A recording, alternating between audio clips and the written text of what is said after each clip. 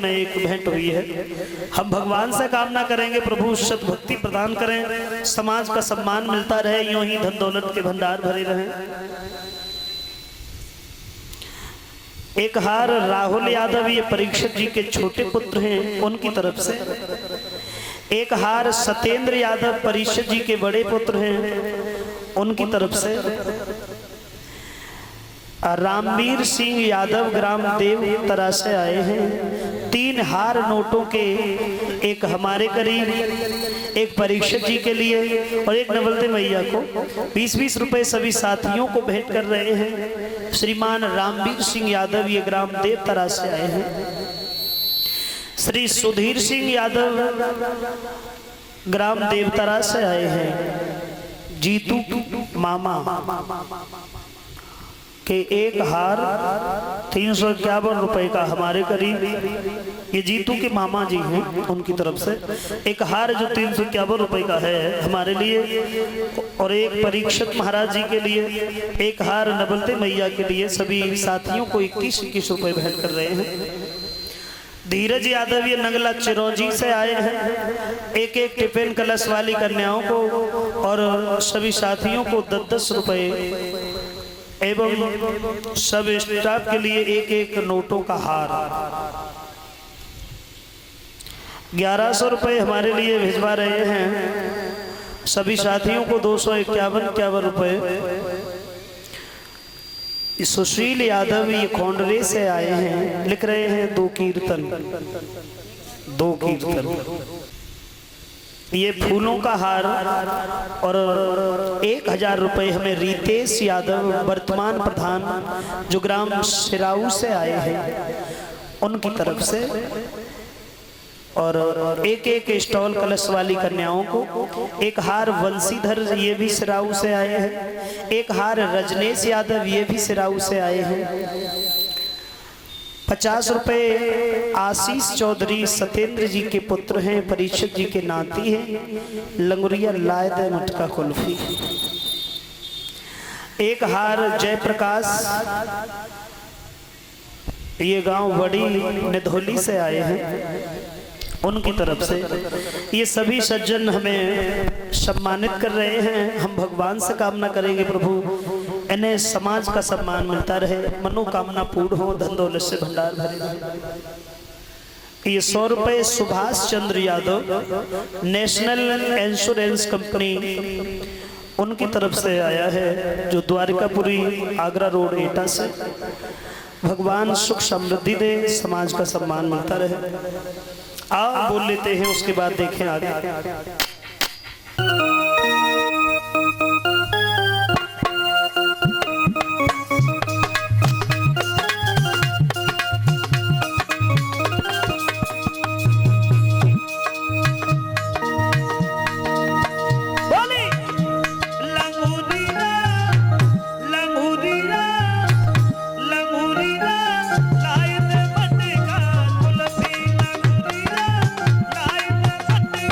Hola.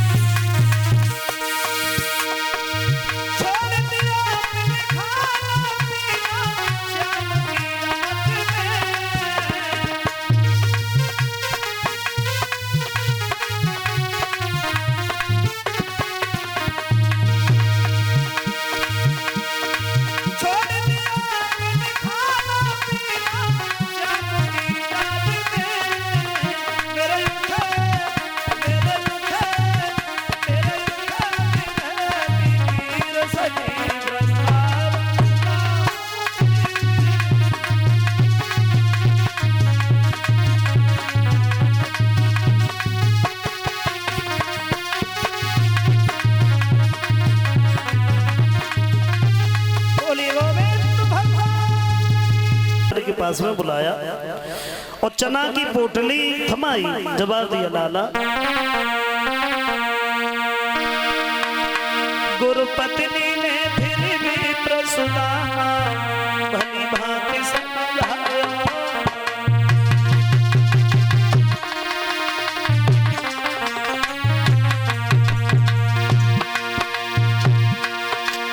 गुरु पत्नी ने भी प्रसुदामा भली भांति समझाया। थोड़े से चना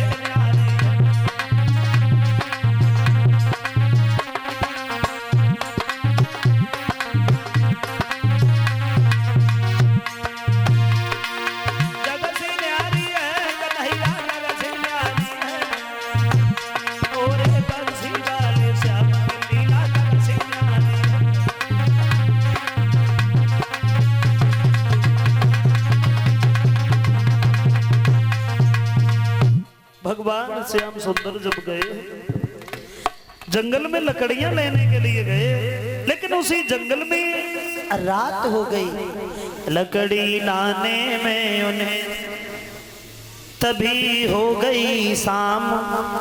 पानी भी पड़ने लगा लौट न पाए श्याम। जब रात हो गई, माह का महीना, घोर घोर आंधी रात, मतलब कन्हैया सुदामा घिर गए उसी जंगल में। गुरु की आज्ञा का पालन करने के लिए तीनों लोगों के नाथ सर्दी में ठिठुर रहे हैं।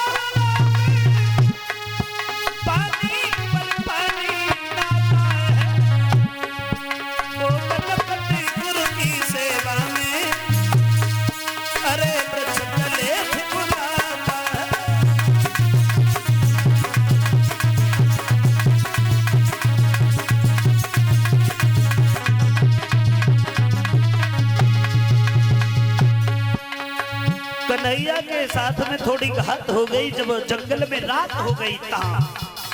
कैसी भूख लगने लगी, और जब भूख लगी है तो जवाब दिया भैया सुदामा सोच रहा है चना है हमारे पास में। चना वाली पोटली खोल के बैठ गया, देखा है ज्यादा नहीं है, कन्हैया को दिए तो फिर हमारे पास में क्या रह जाएगा, छोड़ो नहीं देते वो खुद ही खाएंगे। चना खा गया, और चना कोई ऐसी चीज नहीं है कि तुम खाते रहो पड़ोसी को मालूम भी नहीं पड़े।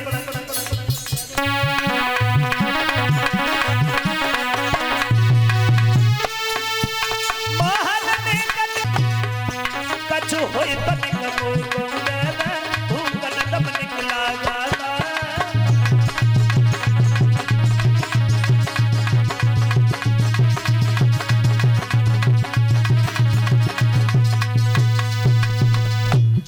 लगता है कि तुम कुछ खा रहे हो सुदामा।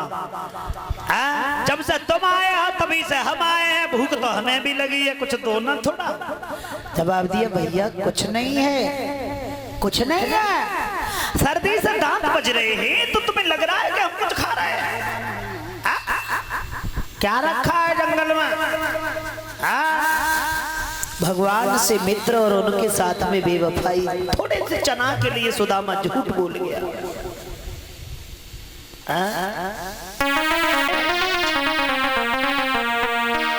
कपटी बोला जाला खाई दातन ठंडा सुनावे।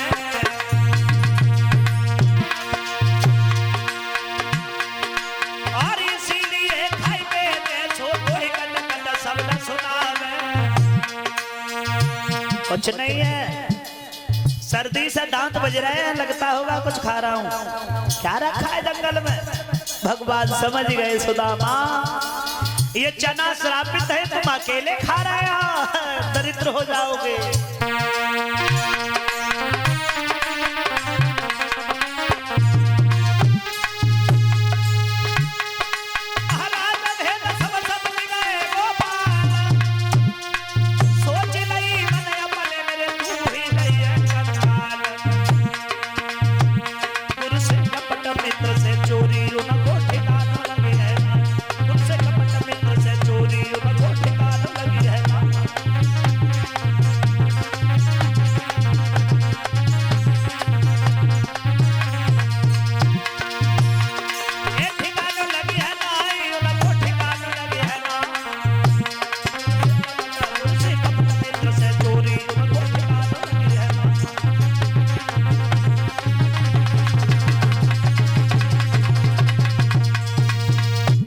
हंसी खुशी के साथ में कन्हैया ने कुछ नहीं कहा, घर पे लौटे आए और घर पे आकर के गुरु माता से भोजन मांगा है। मैया भूख लगी है। बोली लाला तुम्हें बहुत भूख लगती है, तुम्हारे ही साथ में सुदामा गया था, अभी तक उसने भोजन नहीं मांगा है, तुमने चना नहीं खाए थे मुरलीधर? कन्हैया बोले मैया चना कहाँ थे भाई, चना नहीं खाए। इसका मतलब है कि सुदामा अकेले चना खा गया। कोई बात नहीं, ब्राह्मण सुदामा अब तो फंस गए तुम उस चंगुल में। गुरु से कपट करता है, मित्र से चोरी करता है, वो दरिद्र हो जाता है। ये बात गुरु माता ने कही थी। भगवान ने अपने मित्र को श्राप नहीं दिया, क्योंकि एक मित्र अपने मित्र के बारे में कभी गलत नहीं सोचता है, कभी बुरा नहीं सोचता है, क्योंकि मित्र की पहचान अलग होती है। किसे कहते हैं मित्र? तो बाबा तुलसीदास जी बोल पड़े कि मैं बताऊंगा मित्र क्या होता है। कहते हैं रामचरितमानस में, अपना दुख गिरी रज कर जाना, मित्र का दुख रज में रुसना।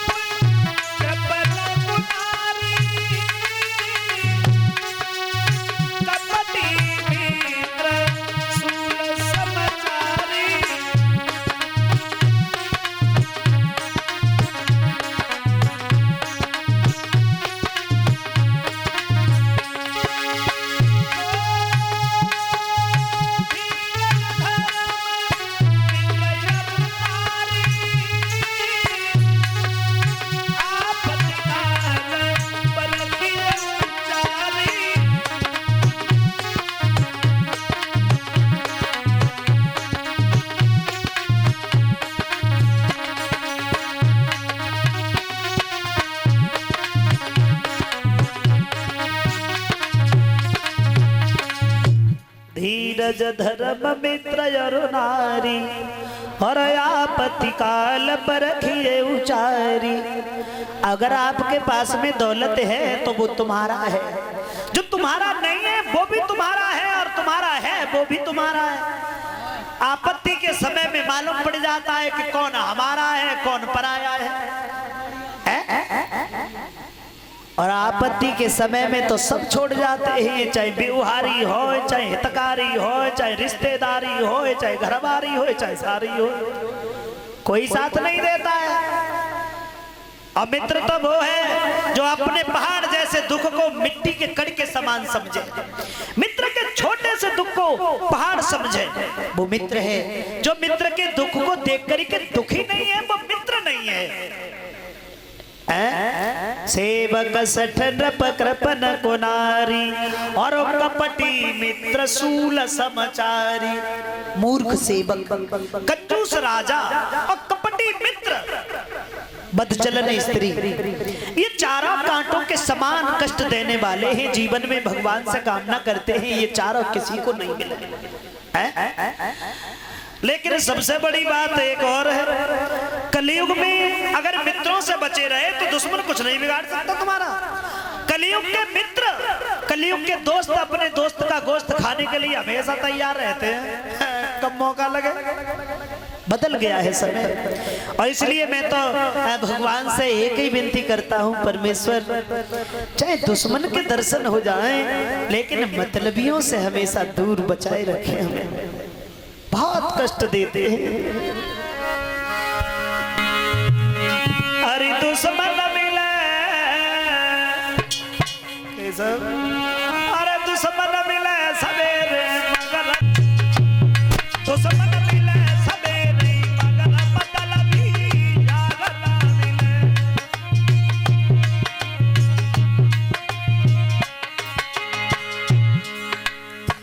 भगवान ने हमें इंसान बनाया है जो 84 लाख श्रेष्ठ योनियों में है। इंसान हमें इतना बुद्धि और विवेक दिया है, हमें सोच समझ के कदम उठाना चाहिए।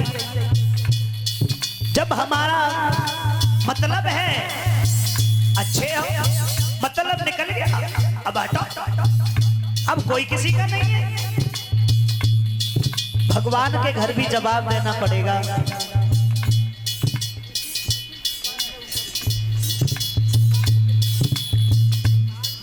ये प्रधान जी के पिताजी केवल इसी बात पे हमें 100 रुपए दे रहे हैं, मतलब ही यार ना मिले। बहुत दुखी हैं लोग केवल इन मतलबियों से।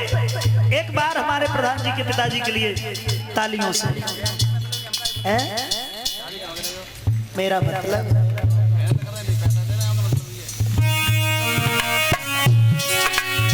यार ना मिले, मतलब यार ना मिले, नारी गोरी होए चाहे कारी कर कसा, नारी ना मिले, दुश्मन मिले सवेरे मगर मतलब यार ना मिले।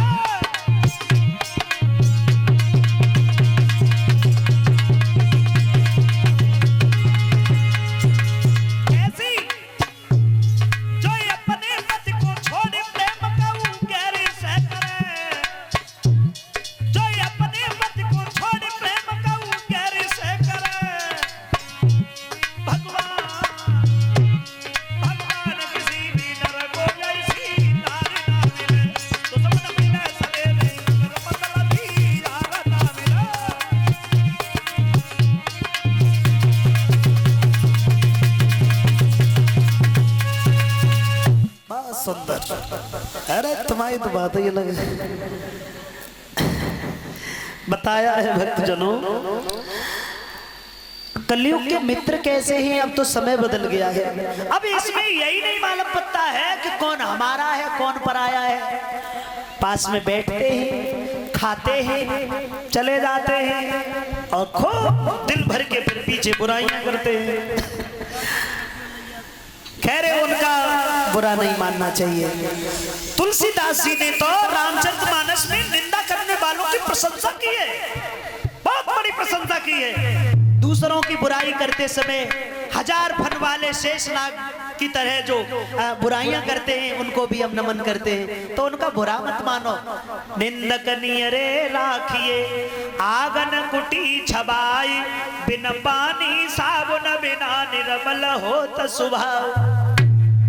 जो हमारी कमियां हैं उन्हें हम नजरअंदाज करते हैं, लेकिन वो बताते रहते हैं। लेकिन कलयुग के मित्र कैसे हैं? अरे कलयुग के मित्र जैसे बिल बिल की घात कर, तुम करा देगी फिर बेपति तुम्हारे साथ चले।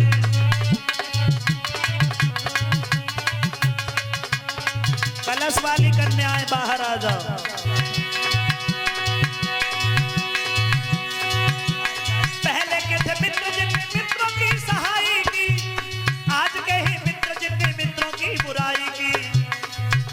बुराई के बदले जो भलाई की, तुमने की भलाई मैंने तुम्हीं से लड़ाई की।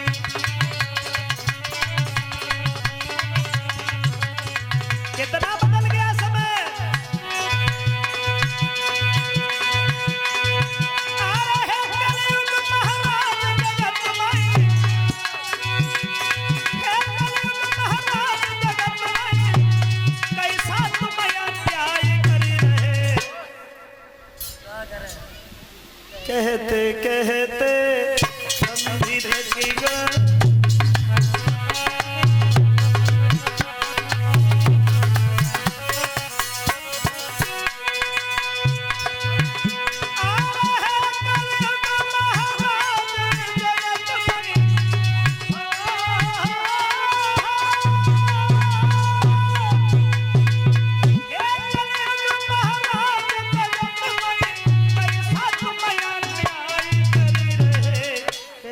कहते हम भी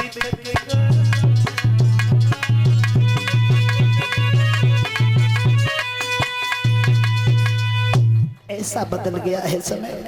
किसी के प्रति कितना भी अच्छा आप सोचो, लेकिन उनकी जो आदतें होती हैं वो अपने हिसाब से आपको डील करेंगे।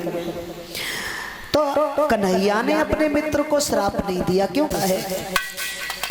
जब भगवान ने 64 दिन में विद्या अध्ययन की है, 64 कलाओं में निपुण हुए हैं, चलने के लिए तैयार हुए, तो सुदामा बेचारे फिर इतने शर्मिंदा हो गए कि विदाई के समय भी नहीं आए। सुदामा के पास खुद भगवान पहुंच गए और जवाब दिया है, भैया जा रहे हो, अगर तुम्हारे ऊपर पास में चले आना, मेरा मतलब है। कन्हैया जाकर के अपने कर्मों से द्वारिका में द्वारिकाधीश बने, लेकिन सुदामा उनकी विद्या अध्ययन हुई तो वो भी अपने घर पे चले गए। सुदामा की शादी हुई, पत्नी का नाम भागनी था जिन्हें सुशीला कहते हैं, और थोड़े समय के बाद में घर पे बच्चे भी हो गए। सुदामा के ऊपर दिन प्रतिदिन गरीबी आती चली गई। इतनी गरीबी आई, इतनी गरीबी आई कि ब्राह्मण सुदामा दर दर भीख मांगने लगे। नहीं चाहिए दिल दुखाना किसी का, क्योंकि सदा ना रहा है जमाना किसी का है। समय धोखा नहीं देना चाहिए किसी को, मेरा मतलब है।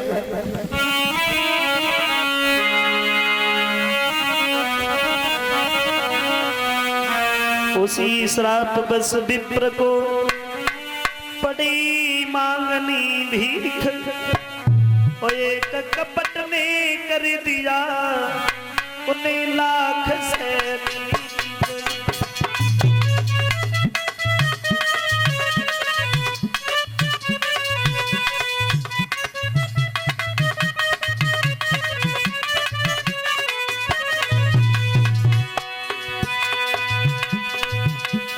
कितनी गरीबी, अब तो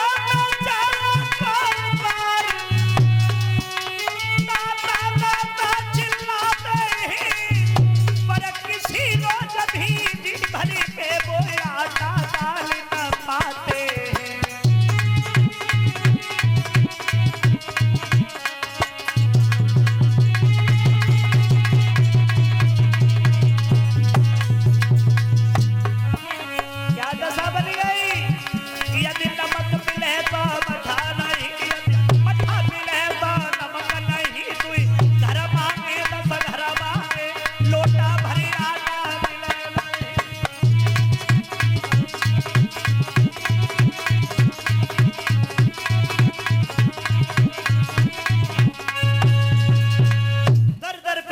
मांग रहे ब्राह्मण सुदामा। एक दिन पत्नी कौन से पाप हमसे बन गए जो भोजन तक नहीं मिलता है? भला ऐसा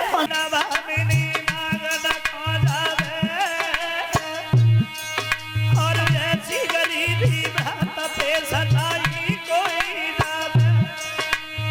अरे तब एक सखी आई गई और किस कारण से बहने सकली तेरी को मिलाई गई।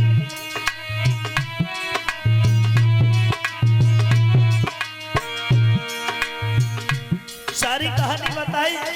मेरे पति भगवान से मिलने द्वारिका जाएंगे, तेरे घर में कुछ है तो दे दे। भूसी को फूंका है तो 3 मुट्ठी चावल निकले। उन्हें देख कर के भाभी रोने लगी तो वो गरीब पड़ोसन कहती है बहन रो नहीं।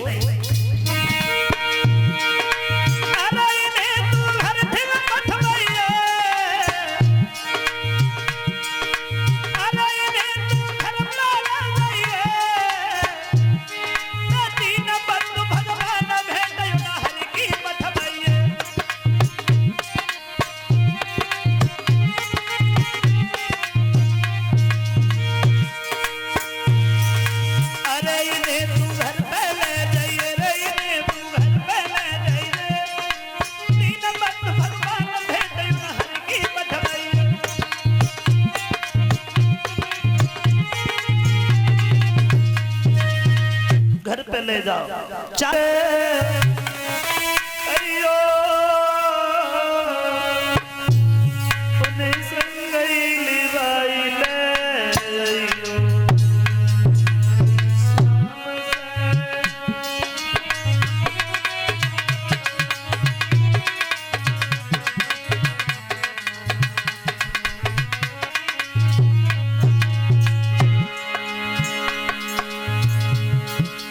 नहीं मिल जाए हमारी तरफ से।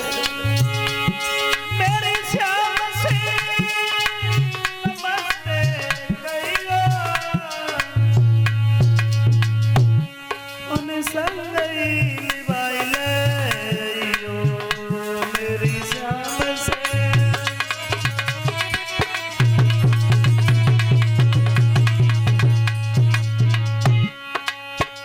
चले ब्राह्मण चलती है तंदुल दबा के, चलती है तंदुल दबा के, द्वारिका जाने लगे। चलती है तंदुल दबा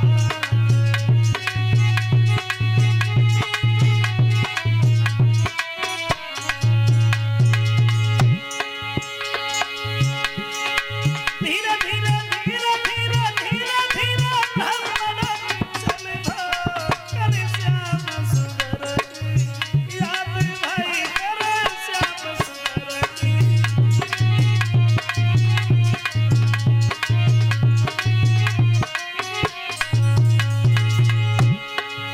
पाई फिमाई फट गई आगे को पैर बढ़ावत है आगे को पैर।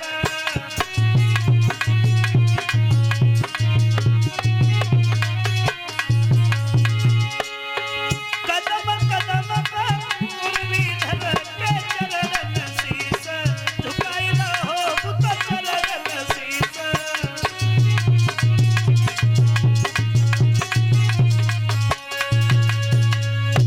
भगवान कन्हैया के पास के लिए ब्राह्मण सुदामा चले और ज्यादा दूर नहीं चला गया। शरीर दुर्बल है, कमजोर है, बेवाएं फट गई हैं, पैरों में जूते नहीं हैं। आगे बड़े जंगल से जा रहे थे, पैरों में कांटे लग गए तो सुदामा बैठ गए, कांटों को निकालने लगे। सोचा है चलना तो है ही, थोड़ा विश्राम कर ले। अब वहीं पे विश्राम करने के लिए लेट गए तो नींद ने दबा लिया। भगवान ने देखा है कि भाई आज तो मेरे बचपन का मित्र आ रहा है। योग माया से भगवान ने अपनी मित्र सुदामा को द्वारिका में पहुंचाया। अब जैसे ही सुदामा के नेत्र खुले, बैठ गए उठ के, अरे हम कहाँ आ गए भाई?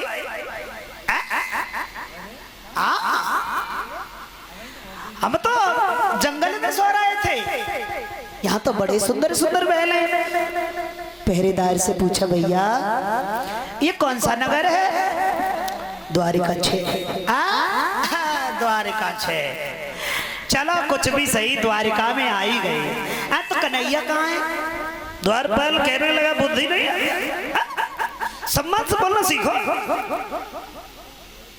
क्यों? हमने कुछ गलत कह दिया? कन्हैया ही तो है। जवाब दिए, पागल हुए हो? सम्मान के साथ में बोलना सीखो। याद में सरकार महाराज योगीराज कृष्ण, कृष्ण वो हमारे बचपन के मित्र हैं। हम दोनों एक ही गुरु के शिष्य हैं और साथ रहते थे, खेलते थे, खाते थे। कन्हैया कहते थे हम। दूसरा द्वारपाल कहने लगा, भैया ब्राह्मण के मुंह काहे को लगे हो? हमारा तो काम ही यही है, बाहर की बात अंदर पहुंचा। एक चीज हमारी समझ में नहीं आई। अब माफ करें, खैर इतने बड़े विद्वान वक्ता तो नहीं है, लेकिन जो मेरा भाव है वो मैं प्रकट कर रहा हूँ। भगवान कृष्ण के द्वारपालों ने सुदामा को खदेड़ दिया, ये चीज समझ में नहीं आई। भगवान के राज्य में और ब्राह्मण की ये दशा नहीं। सुदामा से एक ब्राह्मण थोड़ा टच में आ गया। आज ये कहा है कि भगवान को सम्मान से बोलना सीखो। दूसरा कहने लगा, भैया क्यों लगे हो इसके मुंह? भाई हमारा काम ये है कि बाहर की बात अंदर पहुंचाए। हे ब्राह्मण देव, आप यहीं ठहरो, हम गए और भगवान से जाकर के मिलते हैं, तब तुम्हारे बारे में बताते हैं। कोई बात नहीं, जाओ कह देना उससे, उसके बचपन का मित्र आया है, सुदामा नाम है। चले। ब्राह्मण की बात सुनकर के द्वारपाल भगवान कृष्ण के पास पहुंचा, दोनों हाथ जोड़े हैं मुरलीधर। दरवाजे पे एक दीन गरीब ब्राह्मण खड़ा है, पैरों में जूते नहीं है, सर पे पगड़ी नहीं है, फटे पुराने वस्त्र हैं। क्या जवाब दिया है उस ब्राह्मण सुदामा के बारे में द्वारपाल ने? विनय सहित बर विप्र से मिलो चतुर दरबान। अपमान नहीं किया। विनय सहित बर विप्र से मिलो चतुर दरबान। मोहन से जय की कही, हे दीन बंधु भगवान।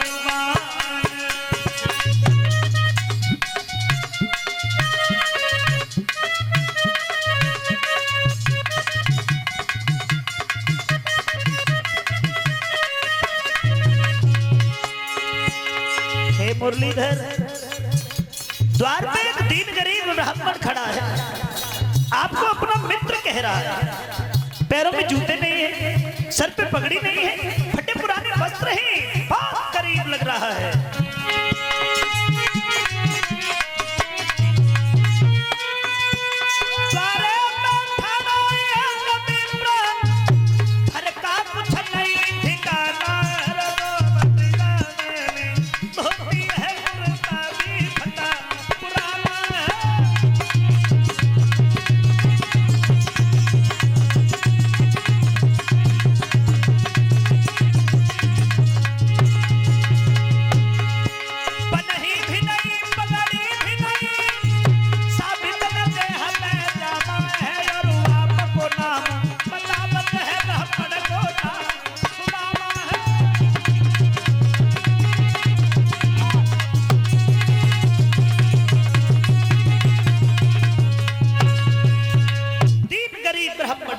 सुदामा दरवाजे पे खड़ा है, आज्ञा कीजिए।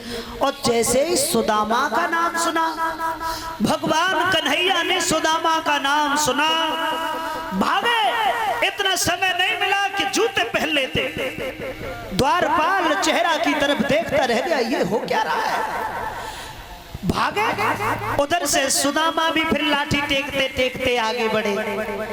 दोनों तरफ से अरे दोनों दौड़े, दोनों लपटे, अब फेमस हिंदी कौन मिला, अब कहना बहुत असंभव है, दोनों में पहले कौन मिला।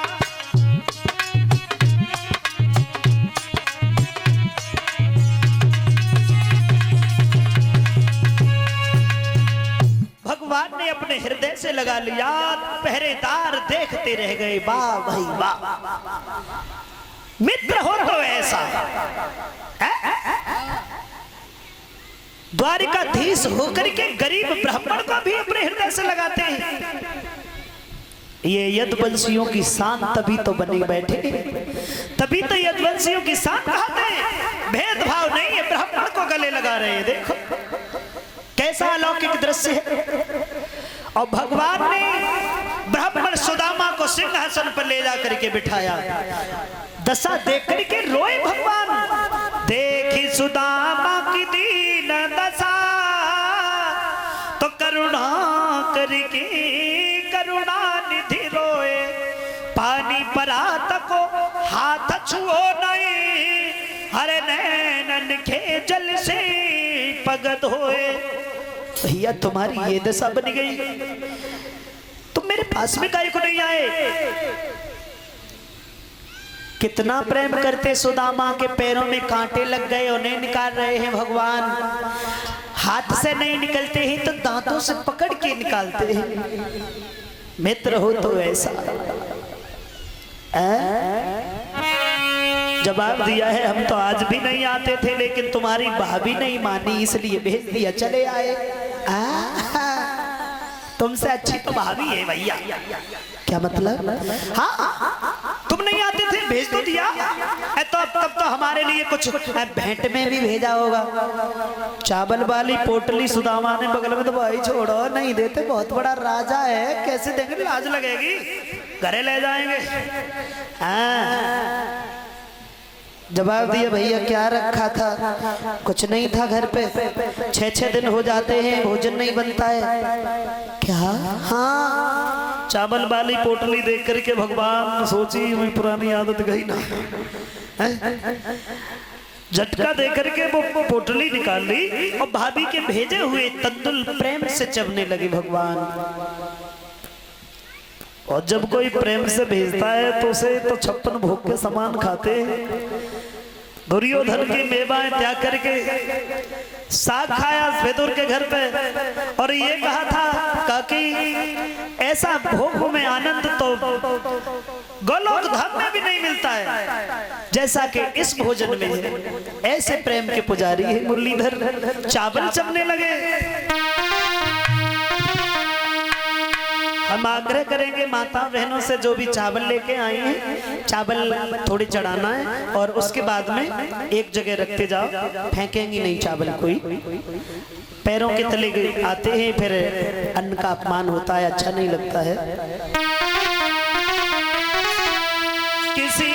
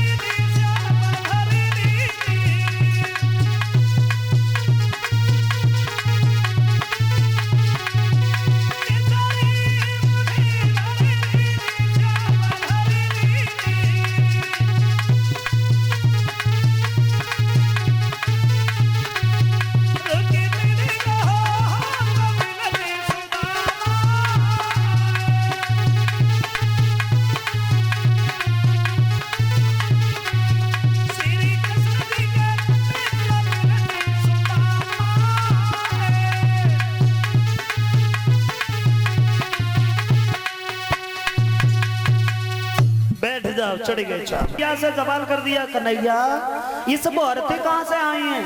बोले जे सब तेरी लोहरी भौजाई हैं। सोई तूने ब्याह तूने कब कर ली?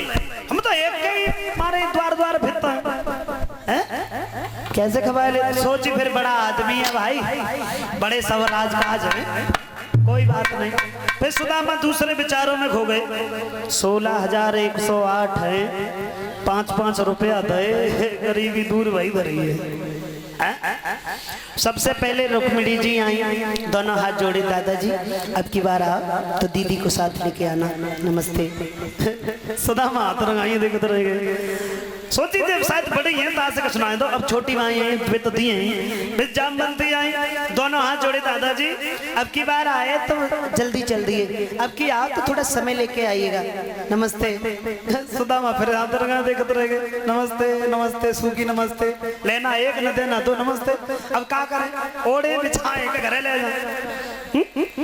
कन्हैया एक दो ही हो तासे नमस्ते करें, और सबसे अगर नमस्ते करते रहे तो 1.5 महीना लगेगा जाएंगे। हम जाए रहे, बोले जाओ। चलते समय एक फूल पकड़ा दिया। अब्बा फूल को देख के और झुंझलाएगा, ले फूल जा का करे। कितनी बार हमने मना किया था बामनी से मत भेजो। अरे जब दूसरे के घर में जाके माखन खाता रहा, माखन खाने की चोरी करता रहा, तो वो दूध दे क्या सकता? कल से राजा होएगा तो का होएगा, देव सकत कन्हैया। अगर तूने अपनों कुछ दो होए तो अपना वापस कर ले, श्राप ना दो। बालापन के मित्र हो कहा नहीं तुम्हें श्राप, और जो भगवान हमको दियो बस सो ही लीजे आप। फूल को फेंक के झुंझला एक जबात गई, जो सोची कन्हैया ने हमें गरीबी दी है, सोई वापस कर रहे हैं। लेकिन वो दोनों लोग वापस हुए हैं और घर पे आए हैं तो बड़े सुंदर सुंदर महल। इस तरीका से भगवान ने अपने मित्र सुदामा की गरीबी को दूर किया। आओ अब यहाँ से आगे देखें। उससे पहले ये सुभाष सिराऊ से आए, कमाल ये 200 रुपये। रंजीत यादव ये नथुन नंगला से। आप देखिए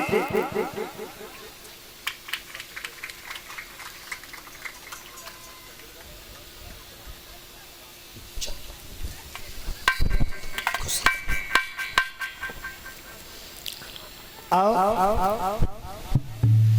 ये सब जातन में ऐसा नहीं है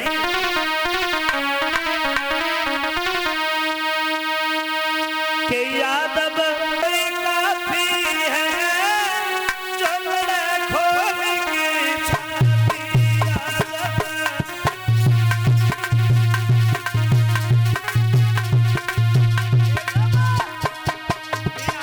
से के लोई काफी है जो लड़े खोल की छाती।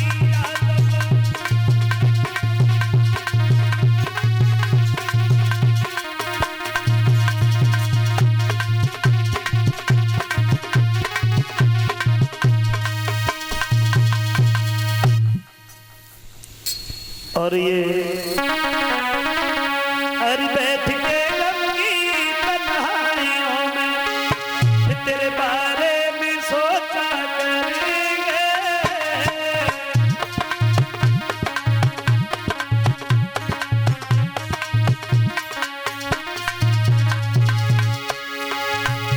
बैठ के गम की तन्हाइयों में तेरे बारे में सोचा, नाम लिख के हथेली में तेरा, या दीवाने पे तू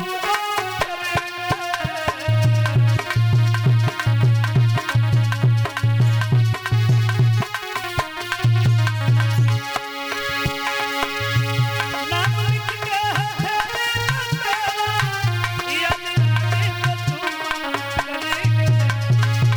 सामने रख के तस्वीर तेरी, जली भर के तेरा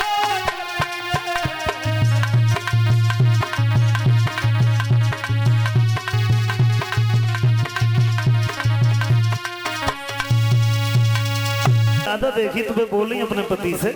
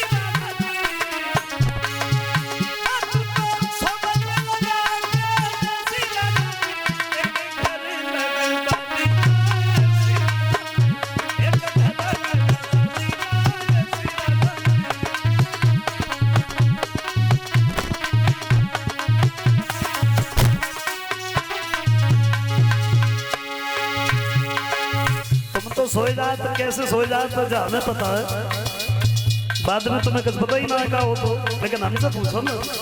तो जवाब दिया ये कूलर पंखा है हमसे, बोले बिल्कुल ना। सुनो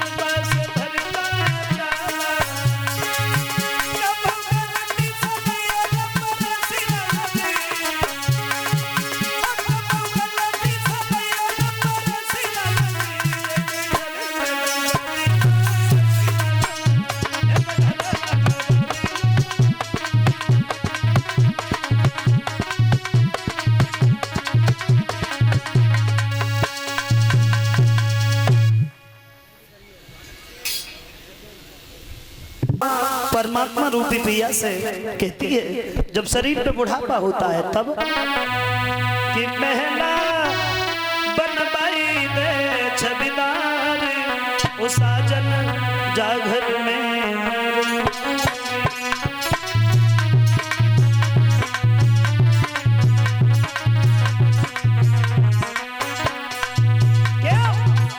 जाके रोशन दान बिगड़ गए के पैचन कर गए।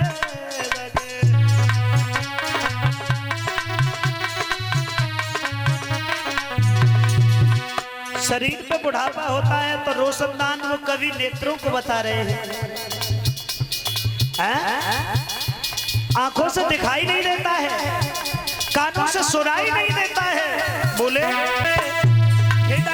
के पैचन कर गए जाके चौपट खुलेगी बार साजन जागर में।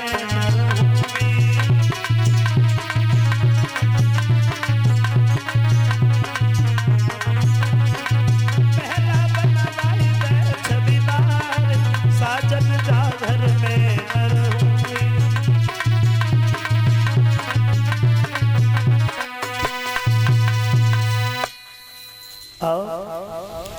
एक लंगूर